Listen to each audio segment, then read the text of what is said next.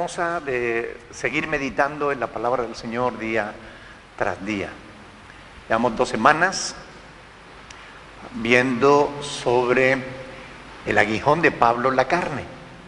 Y estábamos hablando de cómo a veces las cosas que no tienen importancia causan divisiones en el cuerpo de Cristo, y esas divisiones dañan enormemente la obra de Dios, ¿verdad? Hablábamos de la importancia de no pensar más de lo que está escrito, como dice Pablo en 1 Corintios 4:6.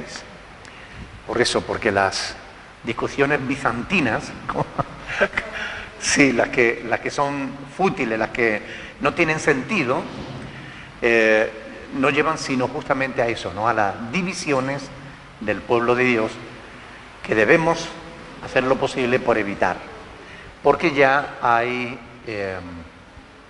cosas importantes que a veces nos separan, que las cosas que no tienen importancia no nos separen también, ¿verdad? Y hemos estado viendo cómo justamente esas divisiones han causado dentro del cuerpo de Cristo el nacimiento de las denominaciones, ¿verdad? ¿Por qué creen que existen tantas denominaciones cristianas?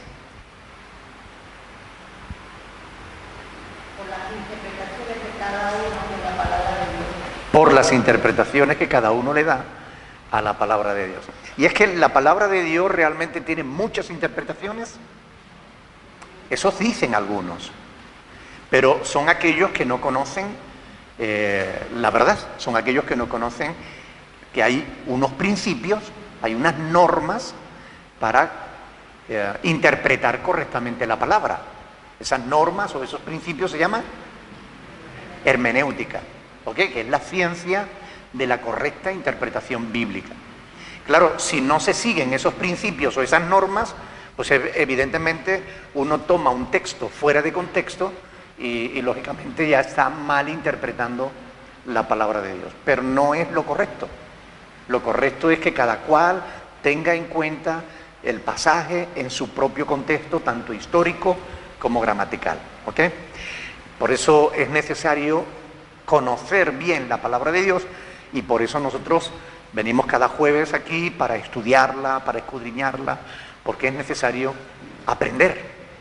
Muchos quieren saber sin estudiar, y eso no funciona, eso no es así. O estudiamos o no sabemos, ¿ok? Y hay algunos que creen que basta con tener fe, creyendo ya es suficiente, y no es suficiente, porque la palabra de Dios dice que no es suficiente. Porque el apóstol Pedro dice: añadid a vuestra fe virtud, a la virtud conocimiento. O sea que no basta con la fe, hace falta la fe, pero además de la fe, una vez que ya tenemos fe, hay que seguir avanzando en el conocimiento, en la virtud y en el conocimiento. Y esto es importante, porque de lo contrario nos embarcamos en discusiones, como digo, que no tienen fundamento y que acaban separando a los creyentes a unos de otros. Hay asuntos importantes y otros que no lo son. Hay temas que son muy importantes en la Biblia y hay otros que no lo son tanto, ¿ok? Entonces debemos ponernos de acuerdo en los temas que son importantes. ¿Sí? ¿Seguro? ¿O da igual que uno crea una cosa y el otro la contraria? ¿Es la voluntad de Dios que nos pongamos de acuerdo, sí o no? Es la voluntad de Dios. Y hay multitud de pasajes que nos enseñan esta verdad, que la voluntad de Dios es que nos pongamos de acuerdo en lo que creemos, ¿ok? Que tengamos bueno, como dice, vamos a ver en Efesios capítulo 4, Efesios capítulo 4, hay un pasaje interesante ahí que nos dice algo que debemos conocer. Efesios capítulo 4, mire lo que dice el versículo, vamos a leerlo desde el 3, para que sepamos de qué está hablando, ¿verdad? O desde el 1, porque para aquello del contexto. Efesios 4 del 1 en adelante dice: yo pues, preso en el Señor, dice Pablo, os ruego que andéis como es digno.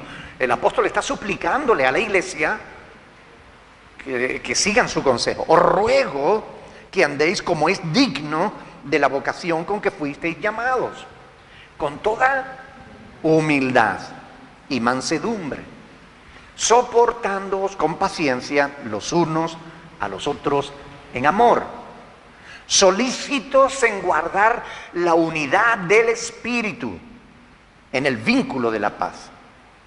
Un cuerpo, un espíritu, como también fuisteis llamados en una misma esperanza de vuestra vocación. Un Señor, una fe por cada cristiano. ¿Dice eso? ¿Cuánta fe hay? Una. Un Señor, una fe, un bautismo, un Padre, un Dios y Padre de todos, el cual es sobre todos y por todos y en todos.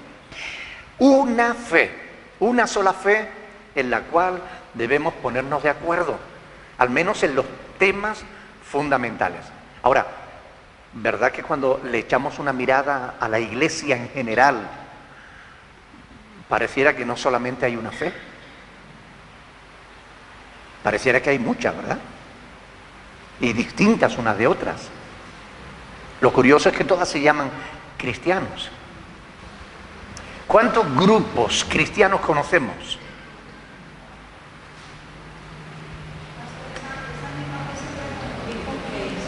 ¿Perdón? Que esa misma fe se puede confundir con... Háblame alto, porque si no, no me entero. Con creencia. Es que lo que creemos, eso es la fe que tenemos. De eso es de lo que estamos hablando. ¿Qué crees tú o qué creo yo? Tenemos que tener una misma fe. Si somos cristianos los dos, tenemos que creer lo mismo. Ese es el quid de la cuestión. Ahora, cuando nosotros observamos la iglesia, como decía, a nivel general, bueno, pero digo, cuando hablamos mirando la iglesia, lo que se denomina iglesia, todos los grupos que se llaman cristianos, ¿cuántos grupos cristianos conocemos? Por ejemplo, díganme alguno. Adventistas, testigos de Jehová, católicos, bautistas, pentecostales. Miren, es increíble. Dentro de lo que es la iglesia evangélica están los bautistas, los pentecostales, los presbiterianos, los metodistas, los anabaptistas, los reformados, los luteranos, los ortodoxos. Hay multitud de grupos que todos se llaman cristianos, todos se consideran cristianos, todos se consideran poseedores de la verdad. Esto es una realidad. Curiosamente, los católicos usan esta diversidad de grupos dentro de la iglesia evangélica para decir que no puede ser la iglesia verdadera porque está dividida en 1000 pedazos. Pero si nosotros observamos la iglesia católica, nos damos cuenta de que tampoco es una. La iglesia católica tiene más pedazos todavía que la iglesia evangélica, porque cuando la observamos de cerca, cuando la ponemos bajo el microscopio, nos damos cuenta que dentro de la iglesia católica están los franciscanos, los dominicos, los jesuitas, franciscanos, dominicos, mire, el Opus Dei, los neocatecumenales, los marianos. Dentro de los marianos están los legionarios de María. Bueno, hay multitud de grupos. Apostólico como el Regnum Christi, Caballeros de Colón, Movimiento Familiar, Santísima Comunión, Servidores del Altar.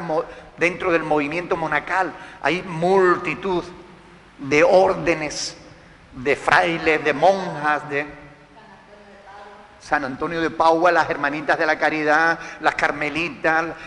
Bueno. Cuando nosotros vemos eso, nos damos cuenta de que cada uno de esos grupos tienen fundamentos diferentes, tienen doctrinas diferentes, tienen objetivos diferentes. Pero claro, ellos dicen, pero somos una sola iglesia. No es verdad, son muchas iglesias Curiosamente, cuando nosotros analizamos el catolicismo a lo largo de la historia, nos damos cuenta de que muchos de esos grupos que conviven bajo el paraguas de la Iglesia Católica, a lo largo de los siglos han estado oponiéndose unos a otros.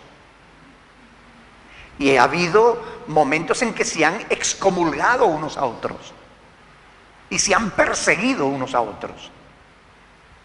Por tanto, es cierto que la Iglesia católico-romana está tan dividida como la Iglesia evangélica.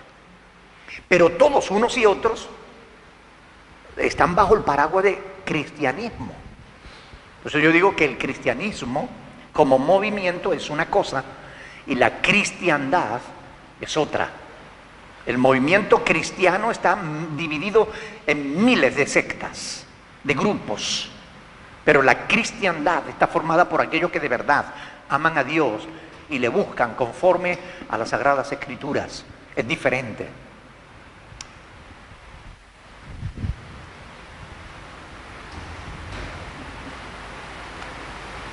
¿Cómo es posible? La fe cristiana no es una. Eso es lo que nos enseña la Biblia, ¿no? Una fe.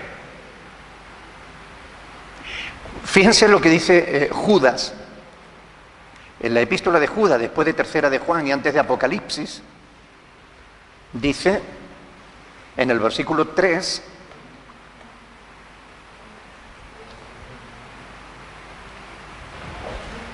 Judas 3, amados, por la gran solicitud que tenía de escribiros acerca de nuestra común salvación, me ha sido necesario escribiros exhortándoos que contendáis ardientemente por la fe, y quiero que presten atención al singular. No dice por las fes, sino por la fe, una, que ha sido una vez dada a los santos, porque algunos hombres han entrado encubiertamente, los que desde antes habían sido destinados para esta condenación, hombres impíos que convierten en libertinaje la gracia de nuestro Dios y niegan a Dios, el único soberano, y a nuestro Señor Jesucristo. Por tanto, la palabra de Dios, tanto en Efesios como en Juan, nos habla de una sola fe. Una sola fe. Sin embargo, la iglesia está muy, muy dividida.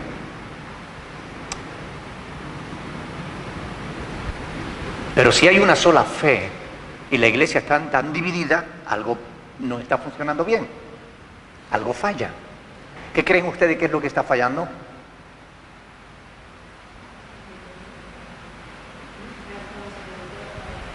Perdón.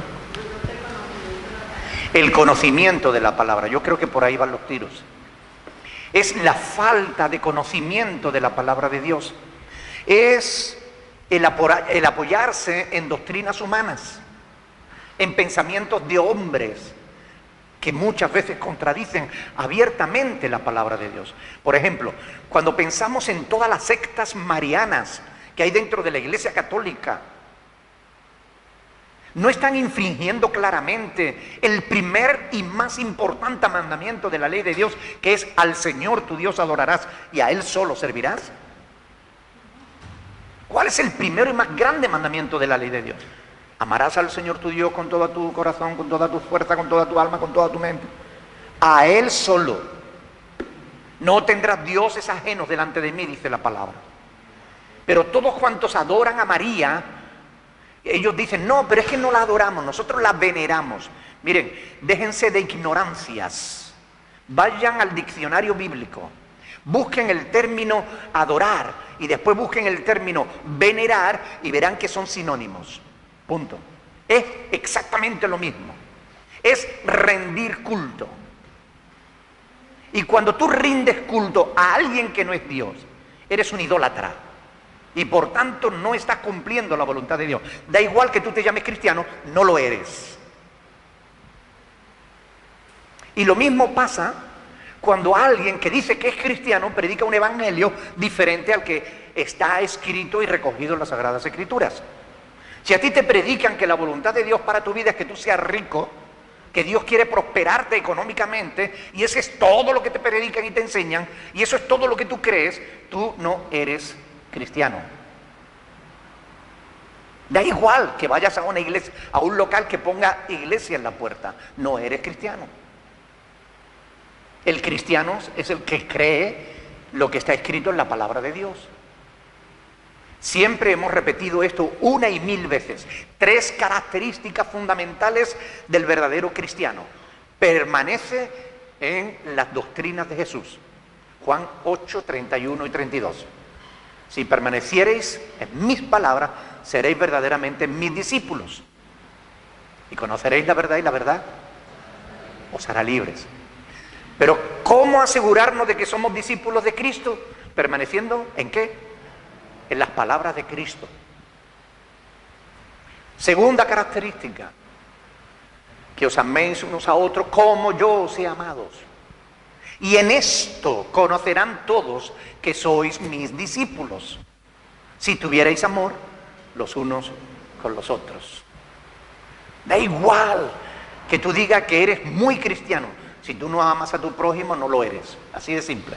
Porque nadie puede amar a Dios a quien no ve, si no ama a su hermano a quien sí ve. Tercera característica, tenemos que reunir los frutos del Espíritu Santo en nuestra vida, el carácter de Cristo. Juan 15. En esto es glorificado mi Padre, en que llevéis muchos frutos y seáis así mis discípulos. Y llevar frutos no significa traer gente a la iglesia. Eso es una mala interpretación interesada de pastores falsos que predican evangelios diferentes. Llevar frutos significa llevar en tu corazón el carácter de Jesús. Amor, gozo, paz, paciencia, bondad, benignidad, fe, mansedumbre, templanza, etcétera, etcétera. 3 características sencillas, las tenemos escritas en la palabra de Dios. Evangelio de Juan, capítulo 8, capítulo 13 y capítulo 15. Están ahí.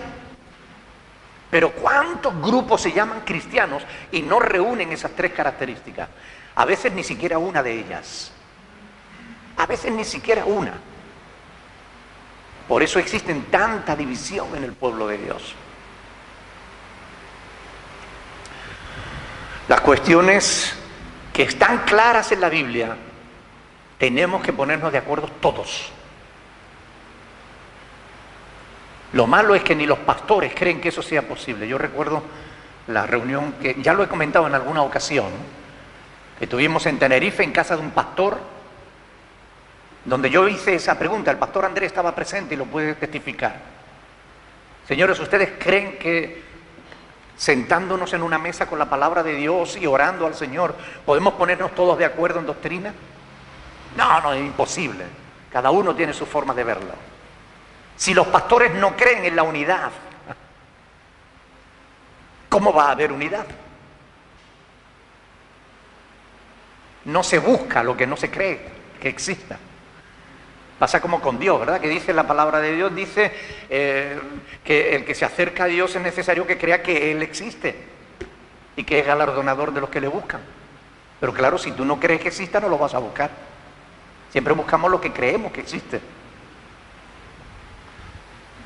Dios exige de su pueblo que todos hablemos una misma cosa, que no haya entre nosotros divisiones, sino que estemos perfectamente unidos en una misma mente y en un mismo parecer. Lo hemos visto, primera de Corintios 1:10, en que estemos perfectamente unidos. Pero ¿cómo es posible cuando uno dice una cosa y el otro la contraria? ¿Cómo vamos a ponernos de acuerdo cuando no se tiene la capacidad, bueno, lo que decía Pablo en Efesios, ¿no? La humildad necesaria para reconocer que pudiéramos estar equivocados? Porque podemos estar equivocados, ¿cierto o no? Claro que podemos estar equivocados. Todos nosotros podemos estar equivocados. Yo puedo estar equivocado. Y si alguien considera que estoy equivocado, tiene el deber de sacarme del error. Y miren, muchos me han escrito y me han dicho: pastor, usted está equivocado. Pero cuando les he dicho, muéstrenmelo por las Escrituras, desaparecen. La última persona que me dijo que estaba equivocado, me dijo que el Espíritu Santo me saque del error. Y yo le expliqué, por favor, si considera que yo estoy equivocado, enséñeme. No volvió a responder. Yo estoy dispuesto a enseñar al que considero que está errado. Y si yo lo estoy, necesito que alguien me enseñe. Pero todos debemos estar abiertos a esa posibilidad de que podamos estar errados. Porque si no admitimos la posibilidad de que estemos errados, jamás vamos a estar dispuestos al diálogo. Y el diálogo es necesario. Porque cuando hay diálogo, cuando las personas, los cristianos, nos sentamos en una mesa y hablamos, podemos enseñarnos unos a otros y aprender los unos de los otros. No basta solamente con decir tú estás equivocado. Hace falta tener fundamento para demostrarlo. Fundamento bíblico me refiero.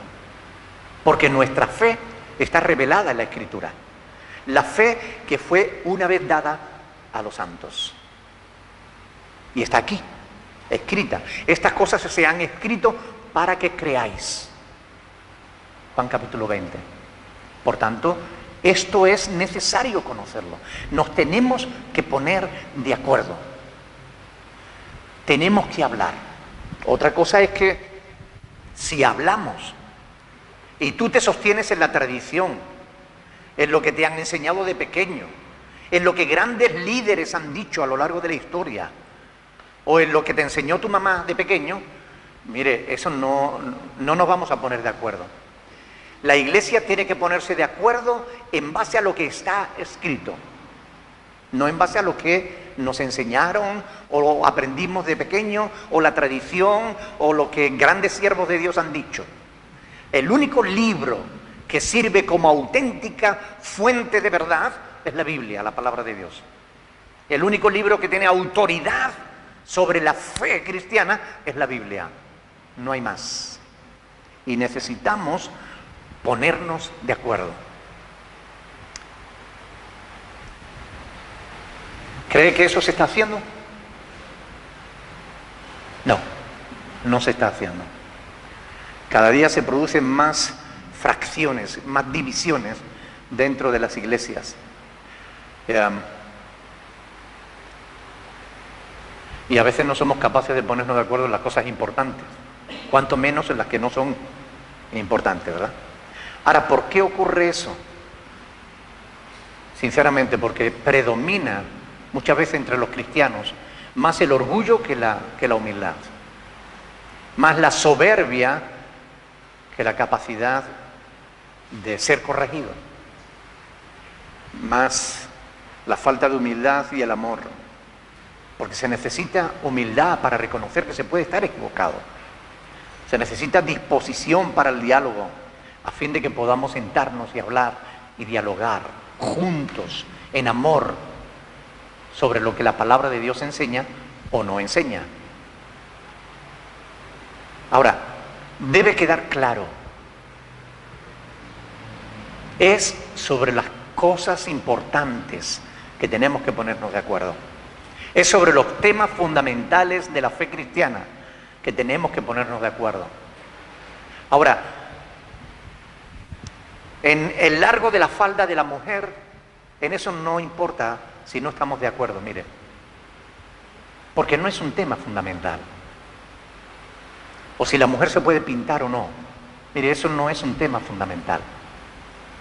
Si usted considera que la mujer no se debe pintar, enseñe a su iglesia que la mujer no se pinte. Aunque considero, desde mi perspectiva del conocimiento bíblico, que eso es una verdadera demostración de la ignorancia bíblica.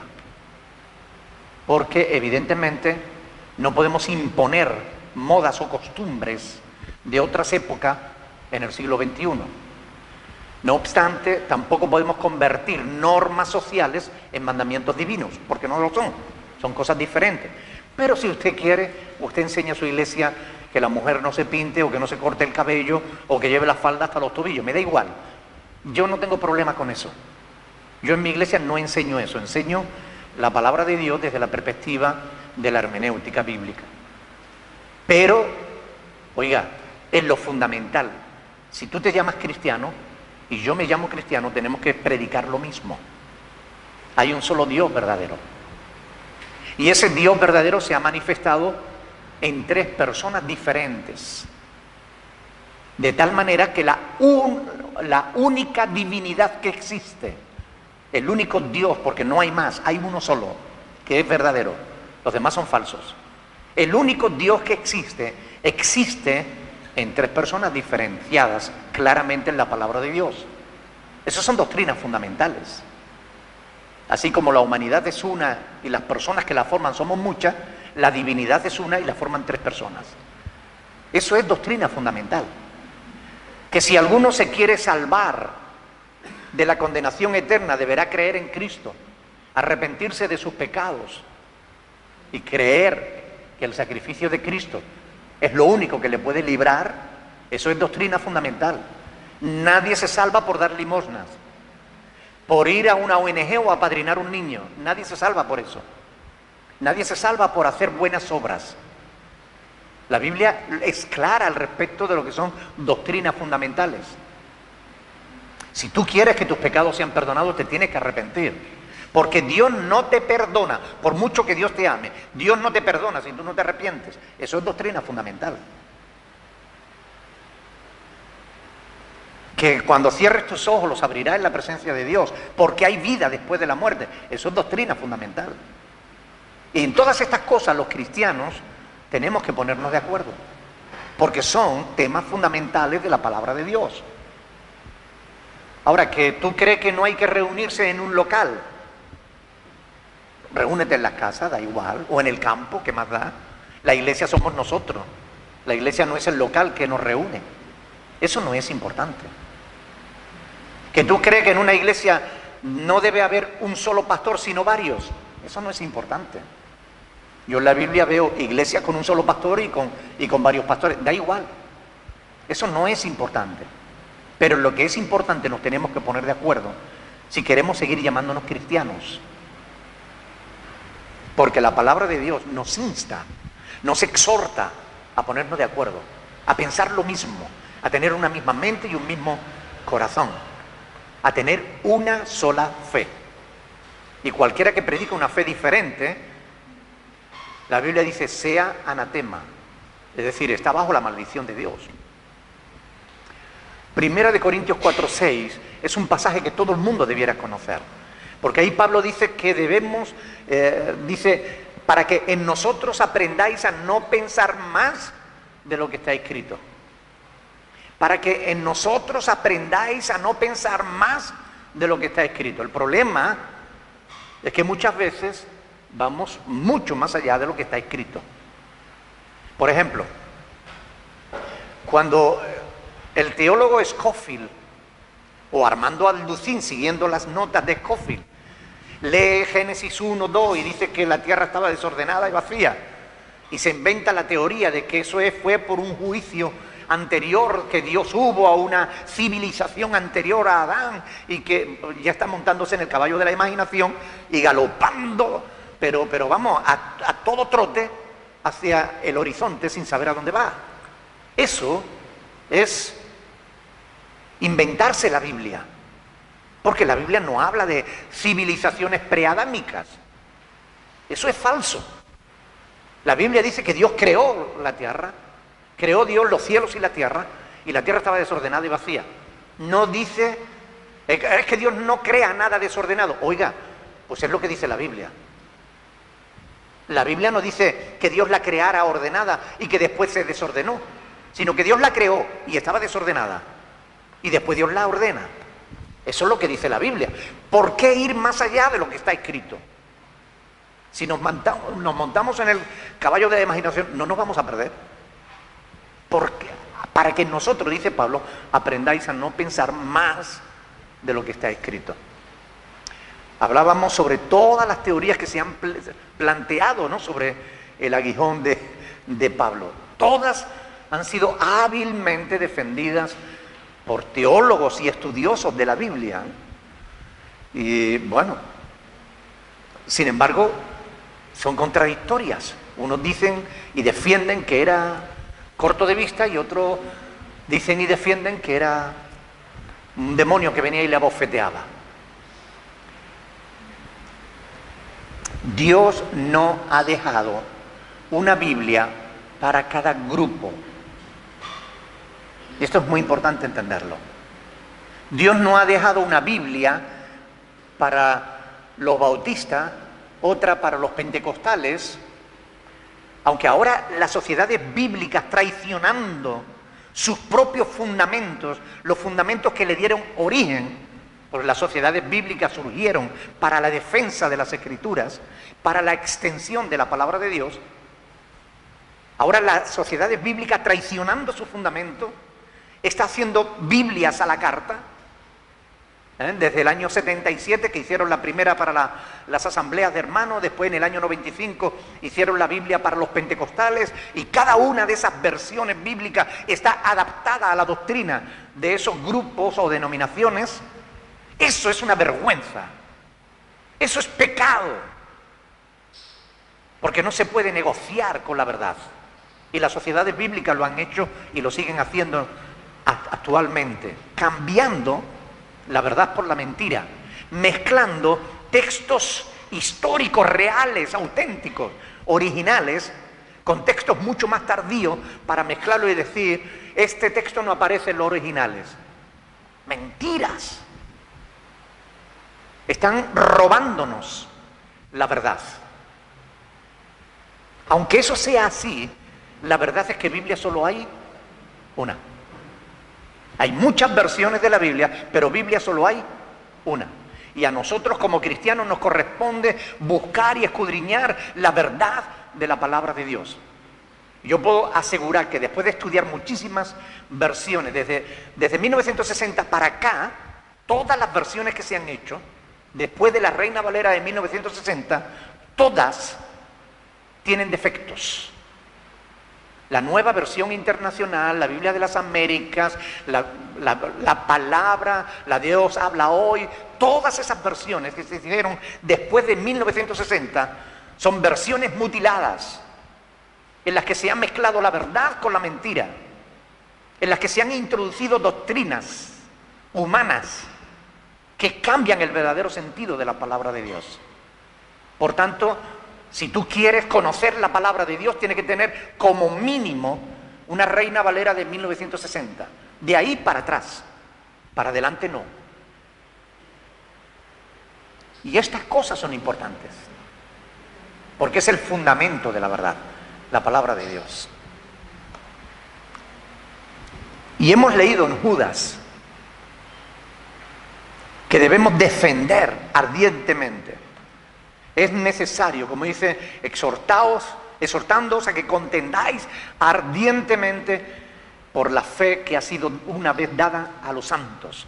Porque algunos hombres han entrado encubiertamente, los que desde antes habían sido destinados para esta condenación, hombres impíos que convierten en libertinaje la gracia de nuestro Dios y niegan al único Dios soberano y a nuestro Señor Jesucristo.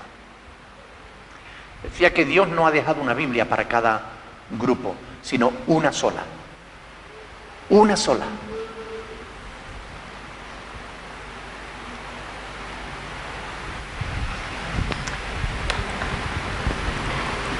Y cuando escudriñamos la Escritura,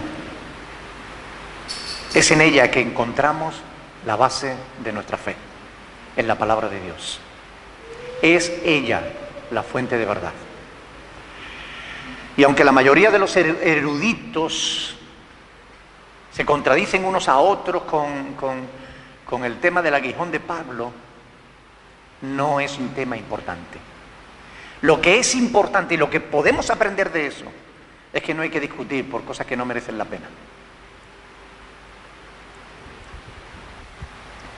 La mayoría de los eruditos concuerdan con que ese pasaje de Pablo debe ser traducido como algo literal, como un aguijón, es decir, como un dolor que él tenía en su carne, un pinchazo. Esa es la interpretación más acorde con el contexto del mismo pasaje. La alusión al mensajero de Satanás ha sugerido a algunos que se trataba de un demonio que le visitaba para atormentarle de vez en cuando, algo similar a lo que le pasaba a Saúl. ¿Recuerdan? Que Saúl venía un demonio para atormentarle y tal. Bueno, pues el hecho de que él diga un aguijón en mi carne echa por tierra esa teoría. No era algo que tenía que ver tanto con lo espiritual como más bien con lo físico, ¿no? En realidad no lo sabemos, no sabemos con seguridad de qué se trataba aquel aguijón que angustiaba a Pablo, ¿no? Y todo intento de explicarlo, de explicar lo que no está revelado en las Sagradas Escrituras, es entrar en el terreno de la conjetura. Es evidente que las repetidas oraciones que el apóstol hizo es porque él sabía que Dios podía librarle de ese aguijón. Él sabía que, aunque hubiera sido un demonio, él sabía que Dios le podía librar de todo eso, ¿no? Ahora, Dios no quiso librarlo a Pablo, no quiso quitarle ese aguijón. Por tanto, ante ese tema, lo que sabemos es que no sabemos cuál era el aguijón, pero sí sabemos cuál era el motivo por el cual Dios se lo había permitido, ¿no? Dios había permitido, Dios no se lo quitó, el aguijón de su carne. ¿Cuál era la razón? El mismo Pablo la expone cuando dice ahí, para que la grandeza de las revelaciones no me se exaltase desmedidamente, para que no me enaltezca sobremanera, versículo 7 de 2 de Corintios 12. Ese era el motivo por el cual Dios no le había quitado su mal, su aguijón. Quiero que lean un pasaje conmigo, Salmo 139, 6. Salmo 139, 6.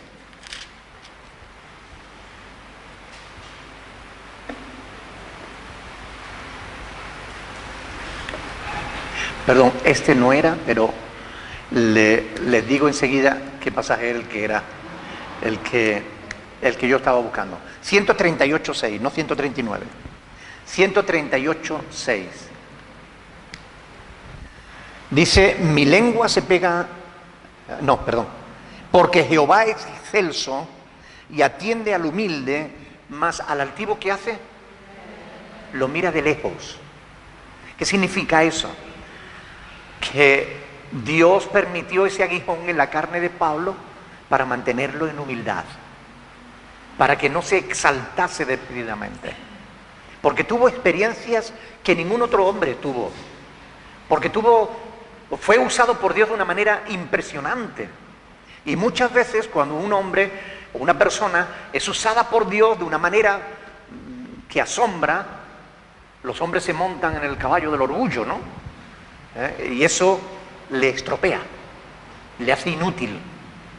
Y para que no le pasara eso, Dios permitió ese aguijón que lo humillaba. Si el apóstol Pablo se hubiera convertido en una persona insoportablemente arrogante, en un soberbio, la iglesia de Cristo hubiera sufrido un daño irreparable. Así que por amor a la iglesia, Dios permitió que Pablo tuviera ese aguijón que lo humillaba. Muchos grandes hombres de Dios han caído en pecado, estando en la cima, siendo conocidos a nivel mundial, y han caído, han pecado y han llevado vergüenza y daño a la iglesia. Así que Dios permitió el aguijón de Pablo para que eso no le pasara a él. Él dice que le mortificaba humillándolo, amenazando de alguna manera el éxito de su ministerio y destruyendo sus aspiraciones. Por 3 veces oró, pero esto ya lo veremos la próxima semana. Por 3 veces, dice el versículo 8, respecto a lo cual 3 veces he rogado al Señor que lo quite de mí. La próxima semana hablaremos de estas 3 oraciones que Pablo hizo. Ya sabemos por qué Dios nos las respondió, ¿no? Pero hay cosas interesantes que ver en cuanto a esto. Pero eso será la próxima semana. Que se nos va el tiempo rápido. ¿Alguna pregunta? No hay pregunta. Bueno, pues lo dejamos aquí entonces. Oramos al Señor dándole gracias porque Él es bueno, porque la palabra de Dios nos enseña y tenemos que estar agradecidos, sinceramente agradecidos, de que Dios nos haya dejado su palabra. Porque si no tuviéramos la Biblia, no habría forma alguna de ponernos de acuerdo. Pero mire, la palabra de Dios está aquí. Cualquiera que quiera ponerse de acuerdo puede acudir a las Escrituras y sentarse con otro cristiano y ponerse de acuerdo. Es posible. Hechos 15 lo demuestra. Hasta para orar y para todo. Es posible hacerlo. Oremos al Señor, hermanos.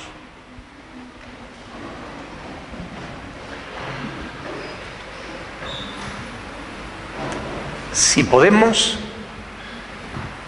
ponernos de acuerdo, debemos hacerlo. Amén. Así que, si tú ves que tu hermano está equivocado, ve a él, enséñale con la palabra de Dios. Si tú crees que yo estoy equivocado, enséñame con la palabra de Dios. Amén. Alguien que dé gracias al Señor por su palabra.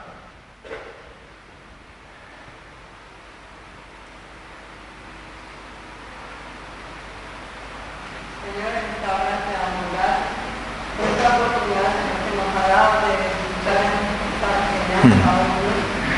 Yo creo que tú has dejado tu palabra, Señor, para mejorar, Señor, nuestro modo de vida, Señor, en nuestro manual, Padre. Gracias porque tenemos esta libertad de escudriñar a Dios. Ayúdanos, Señor, a cada día a aquellos que están equivocados, Sí, Señor. a sacarlos de ese error, Señor.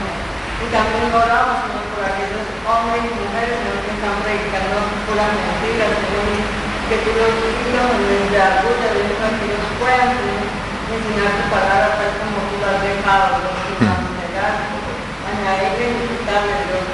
Tenemos que ser valorar por ellos. Ayúdanos, Señor, cada día a hacer luz en medio de las tinieblas, Dios. Te rogamos, Padre, que tengamos en cuenta, Señor, la palabra, que vayamos a ella, como hemos la apóstol Pablo, Pedro, que tú lo hablas, hablas alguna la palabra, que cada día, Señor, lo podamos poner en práctica, Padre. Te damos gracias por este tiempo, gracias por tus siervos, Señor, que te preocupan, Señor, por enseñarnos tus palabras, Dios. Pero vamos a ver que vamos a nuestros hogares, que tú nos lleves con tu paz, con tu bendición, Dios. En el nombre de Jesús. Amén. Amén. Dios les bendiga, mis hermanos.